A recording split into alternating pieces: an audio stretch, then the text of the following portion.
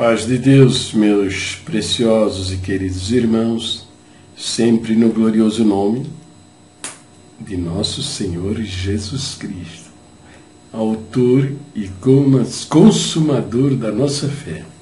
Aquele que, aqui ó, pá! Os homens deram para ele um cartão vermelho e expulsaram ele de dentro do templo. Meu amigo, está pensando o quê, né? Então tá bom. Então vamos continuar fazendo aquela série de vídeos, né? O ministério está rangendo os dentes. Esse vai ser o vídeo número 4. Circular, né? Do dia 3 de dezembro do ano passado, onde eles dizem, né? Bom, eu não vou ler a circular toda, porque ela vai estar na descrição deste vídeo, tá certo? Só vou ler essa partezinha aqui que diz assim: o ministério continua na firme defesa da sã doutrina. Novamente, né? É um caso sério. Os homens apostataram das nossas doutrinas originais e vêm com essa conversa fiada de sã doutrina, né? Hein? Você já pensou? Apóstatas das doutrinas originais da própria igreja. Porque tem igreja que já nasceu errada, né? A doutrina da congregação não. A doutrina da congregação, se você não sabe, né? Essa daqui, né? Vou pegar aqui o nosso inário, né?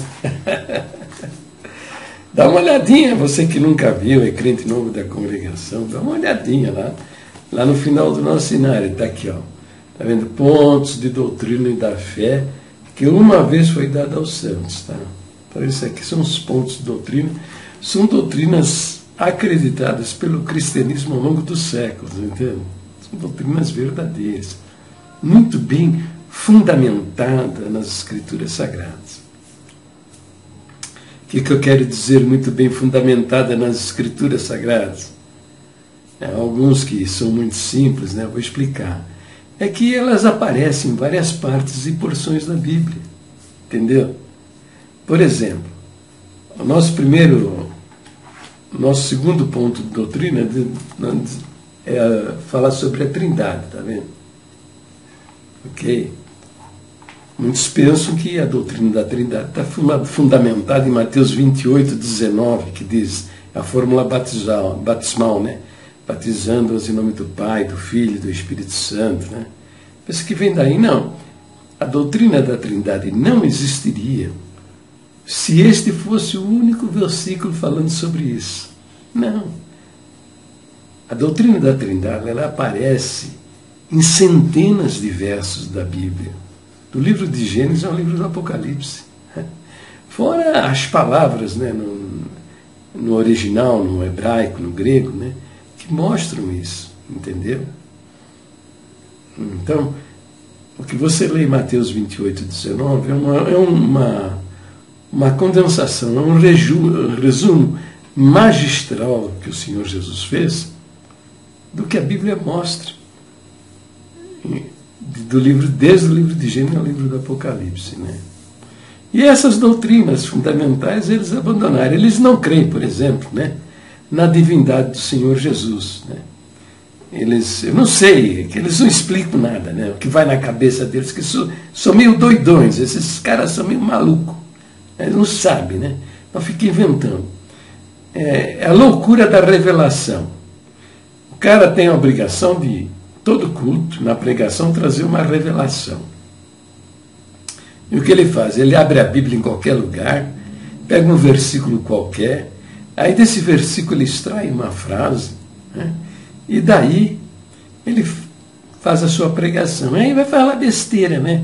Porque para você entender o que o Espírito Santo inspirou o autor do livro, do Velho Testamento, do Novo Testamento, o que o Espírito Santo, né, inspirou, quer dizer, colocou na mente do autor do livro, escrever aquilo que ele escreveu, para você entender isso, você precisa examinar o contexto. Ler os versos que vieram antes e ler os versos que se seguem depois. Aí você vai entender.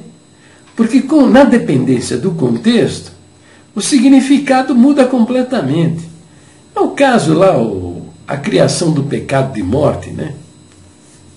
Que alguém em algum lugar, né, sacou lá de 1 João 5,16 a frase, né? Há pecado para a morte, e por estes eu digo que não ore. O sujeito sacou a preposição para, colocou a preposição de e criou, né? Criou o pecado de morte. A princípio eram apenas os adúlteros, né? E os fornicários. Depois a lista cresceu, né? Porque quando você põe um pé na estrada da perdição eterna, não para mais, entende? E o grande mal é que esses homens são ocultistas. Tudo escondido, né? Tudo escondido. Para mim, é a maçonaria. Não é bem a maçonaria, tá? Porque a maçonaria condena 99,9% dos maçons. Eles abominam o que esse ministério está praticando. Matar pessoas e destruir famílias. Eles abominam. São os satanistas. Satanistas que se valem da maçonaria, porque a maçonaria tem os sinaizinhos de identificação, tem frases de identificação que permitiram a eles decidirem em grupo, entende? E assim os satanistas tomaram o controle da igreja. Entendeu? E são mentirosos, né? São mentirosos, né? Se você acha que satanista não confessa o nome de Jesus, confessa sim. Eles entram nas igrejas, se você perguntar para um satanista se ele acredita em Jesus Cristo, ele vai dizer, acredito sim, lógico, que é isso. Mas é porque o diabo é mentiroso, né? Você sabe disso, o diabo é mentiroso. E nunca se firmou na verdade. Quando fala mentira, fala do que lhe é próprio, porque é pai na mentira. O Senhor Jesus ensinou isso. Então, se não fossem ocultistas, tudo escondido, né? Se fosse tudo aberto, né? Conhecimento público, porque isso é da vontade de Deus, tudo do conhecimento público. Você aprende isso é desde o lado do Velho Testamento, né? Que está escrito lá que as coisas reveladas são para nós e os nossos filhos, né? Para sempre. As coisas ocultas pertencem a Deus. Há muitas coisas que eu creio, quando entrarmos na glória de Deus, na presença de Deus, né? Vivendo com Ele por toda a eternidade, não vamos saber. Em absoluto vamos saber. São coisas que pertencem a Deus mesmo, que não cabe na cabeça de nós, miseráveis criaturas, né? Agora, lá diz, né? As reveladas são para nós, os nossos filhos. Se quando esse falso profeta, filho do demônio, né? A serviço do inferno, assumiu a tribuna e criou o pecado de morte, antes lá de 1940, lá por volta, parece que tem, de 1930, em 1936 já havia indícios de crime que estavam pregando o pecado de morte. Se isso fosse público, seria repudiado violentamente, tá? E não teriam, milhares de almas teriam sido salvas.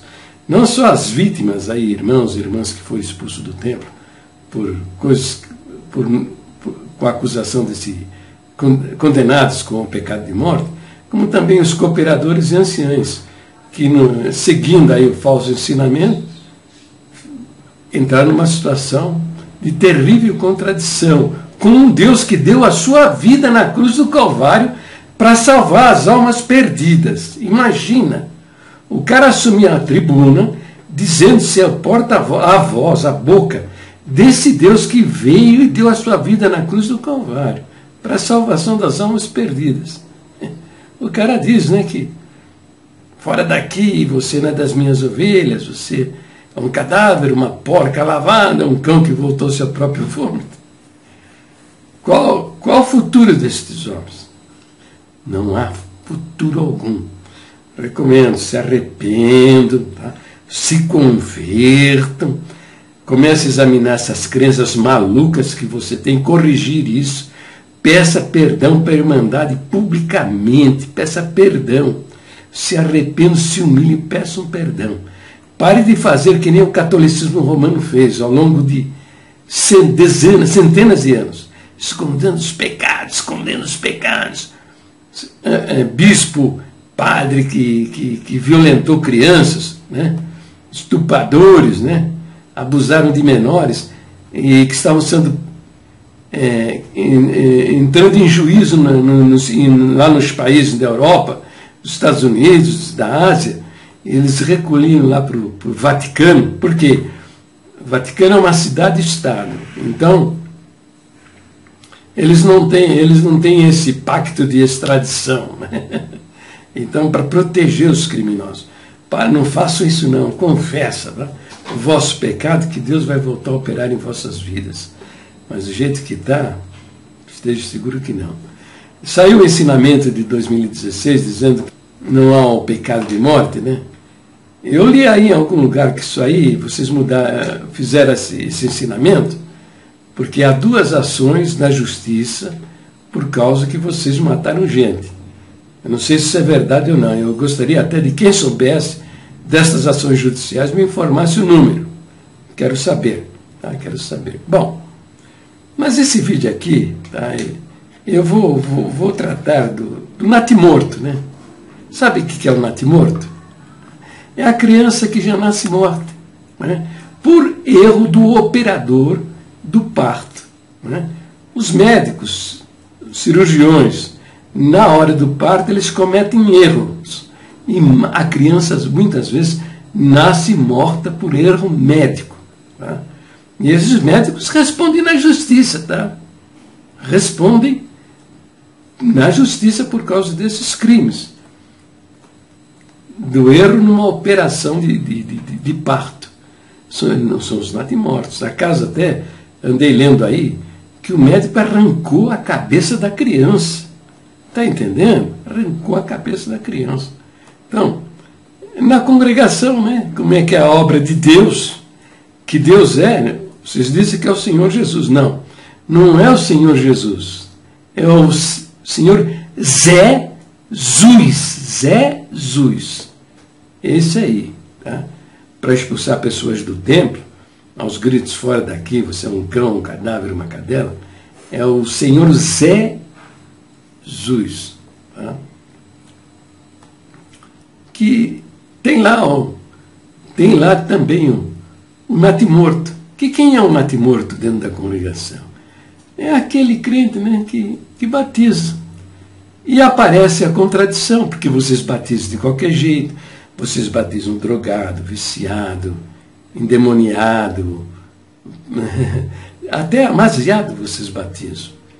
E lá na frente, né, mais tarde, quando a contradição aparece, agora, muitas vezes não é mais tarde, é imediato. Aí vocês fazem o quê? Tira a liberdade, né? Está sem liberdade. Tá? Não teve respeito com a obra de Deus, está sem liberdade, senta no último banco, o banco dos pecadores, para esperar o juízo de Deus no último dia. Tem os que humildemente aceitaram, né? Essa discriminação, essa violência contra a pessoa humana. Tá? Muito bem, muito embora tristes, né? Derrotados, humilhados, né? Porque ninguém ensinou nada para o cara, tá? Ninguém disse nada. Vocês batizam de qualquer jeito, não ensina nada a ninguém. E muitos se sentiram indignados, foram embora, saíram. E com uma visão errônea do que é o Evangelho, como deve agir uma igreja cristã, entende? Então são os natimortos da congregação. Eu vou passar a parte de um vídeo que eu fiz, acho que em 2014, lá para trás, né? Que é a carta que eu recebi de um irmão. O nome dele é Ricardo Fernandes, tá? Ele mora aqui perto da minha casa, aqui na Ponte Rasa, congrega por aí, tá? Eu vou reproduzir, para não estar falando muito, já está feito, né? Vocês vão dar uma olhada, tá? Veja aí esse pedacinho de vídeo. Quero saber a opinião das pessoas a respeito da mensagem que me enviou o irmão Ricardo Fernandes. Ele diz assim na sua mensagem: fui abandonado pela Irmandade e pelo ministério da minha comum. conheci na própria carne, com dias de batismo, neófito quer dizer novo na fé. Fui parar no quartinho. Faltou entendimento. Tiraram a minha liberdade. E eles diziam: batizou e pecou. Batizou e pecou, diziam os irmãos. Pequei? Pequei porque era viúvo com 35 anos e havia conhecido uma irmã, entre parênteses, parada e pecadora, segundo o ministério, que havia me apresentado a graça. Isto mesmo. Minha esposa parou por muitos anos, foi para o mundo e retornou. Eu a conheci numa festa e ela estava congregando firme. Convidou-me a congregar com ela e assim foi feito. Numa visita ao Brás, fui batizado. Que ironia! Fui batizado e levado para o quartinho. Não sabia o que aquilo representava. A minha liberdade foi cortada. Os irmãos diziam que havia sido incauto. Deveria ter batizado após o casamento, pois assim não perderia a liberdade. Num primeiro momento, aceitei, como ato de humilhação. Congregava todos os dias. Hoje, passados 8 anos, sou o único na minha casa que frequenta a igreja. Minha esposa ficou revoltada com tanta injustiça. O homem é assim mesmo. Toma dores de Deus. Fala como Deus. Mas sempre será homem. Façam uma reflexão. Se algum irmão dizer que alguém pecou, a primeira atitude é perguntar com quem. O sexo não é o único dos pecados. Não tenho liberdade, não chamo hinos, não posso orar, não posso testemunhar, enfim.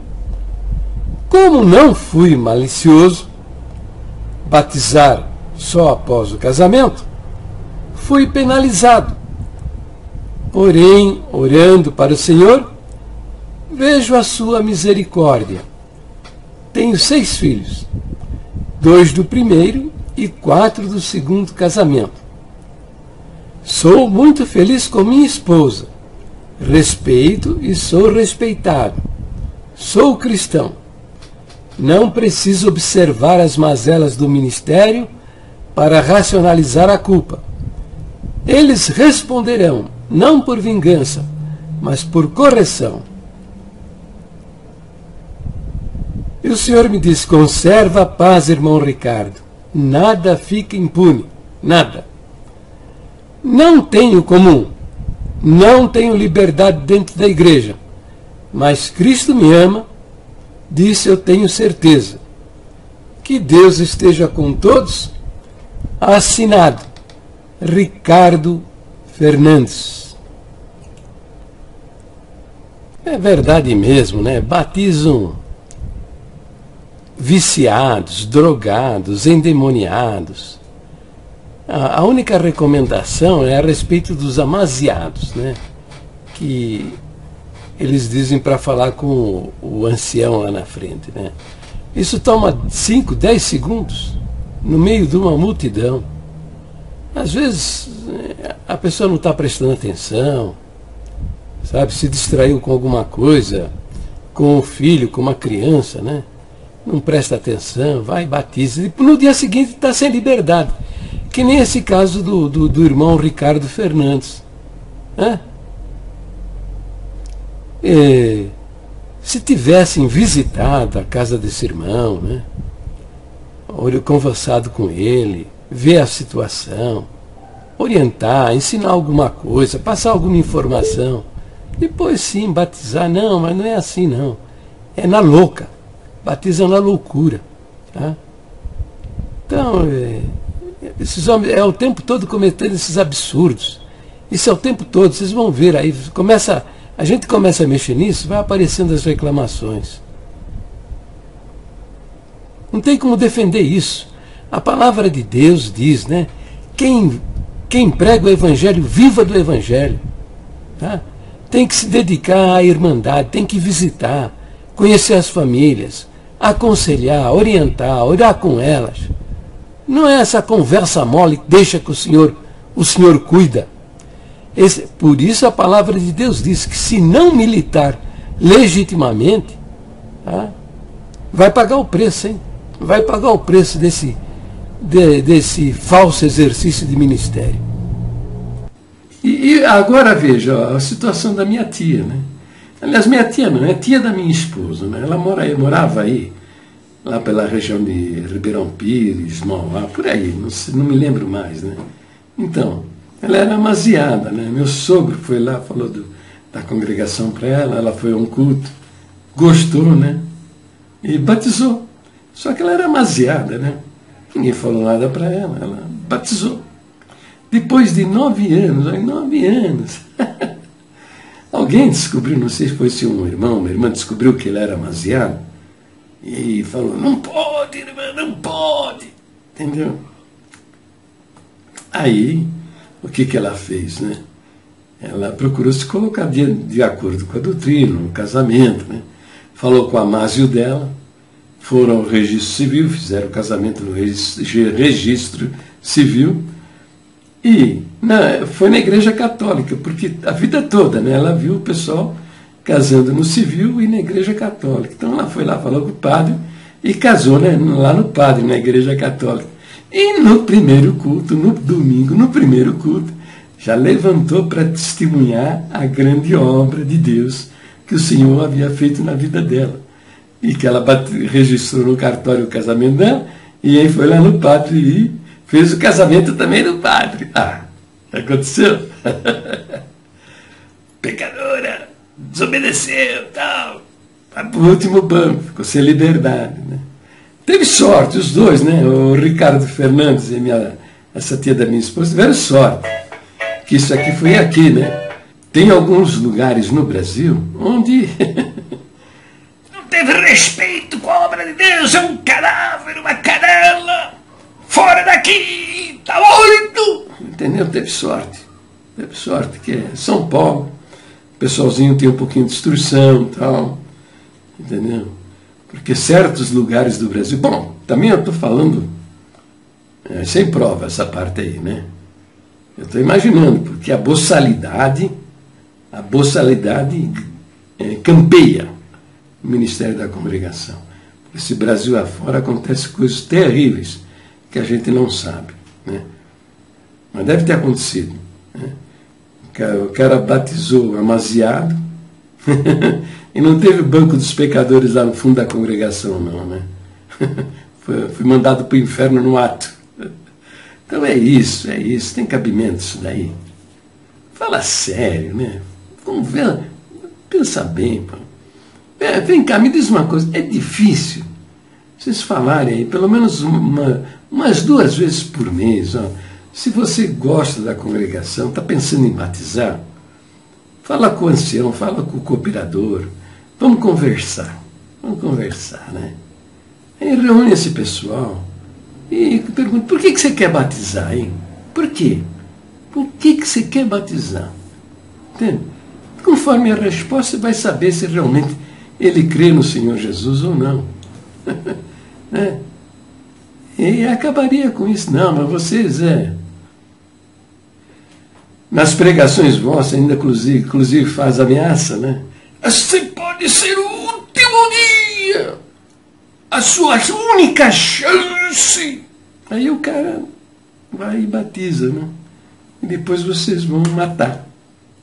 É bonito isso? O diabo fica batendo palmas por isso, esse vosso comportamento, tá? Fica batendo palmas. Então veja, teve um vídeo aí que eu apresentei até um número, né? 75 mil vítimas, 75 mil famílias destruídas. É um número. Tem gente que acha maluco, tem gente que acha absurdo, acha que eu estou viajando na maionese. O próximo vídeo eu vou mostrar números para vocês, tá? Vocês vão ver que eu sou meio maluco, mas não muito maluco assim, do jeito que vocês estão pensando. Aliás, para confirmar mesmo que eu sou meio doidão, o Senhor, a palavra de Deus fala que Ele escolheu as coisas loucas do mundo, as coisas loucas deste mundo, para envergonhar as sábias. Então, se é o próprio Deus que está dizendo que Ele escolhe as coisas loucas, quem sou eu para dizer que eu não sou meio maluco? Eu devo ter mesmo algum problema lá no meu telhado. Deve ter alguma telha mal ajustada lá. Filho, mas o que? Tá bom? Bom, eu paro por aqui o meu vídeo, tá? Deus abençoe a todos. Fica o meu recado, né? Se arrependam, tá? Se convertam, tá? Põe tudo na luz. Tá? O Senhor gosta de tudo na luz. Tudo, nada escondido. Quem gosta de coisa escondida é o capeta. Tá? É o capeta. Tudo na luz. Tá? Tudo na luz. Peçam perdão para a Irmandade, os crimes que vocês cometeram, que a igreja cometeu. Não, vocês aí, né? Mas vocês estão pactuando com isso. Enquanto mantém isso escondido, vocês estão pactuando com os crimes. Vão responder da mesma maneira, tá? Porque é um absurdo isso aí, né? O cara se coloca no lugar de Deus, como se for a Deus, né? Para condenar pessoas, às quais o Deus maravilhoso deu a sua vida na cruz do Calvário para salvá-las. Meu amigo. Bom, paro o vídeo por aqui. Deus abençoe a todos. Fiquem todos na paz gloriosa do nosso Deus, sempre no precioso nome do Senhor Jesus. E olha, não se esqueçam, lembra de mim, de me chamar na justiça. Ó. Me chama lá, que vocês vão realizar o sonho da minha vida, tá?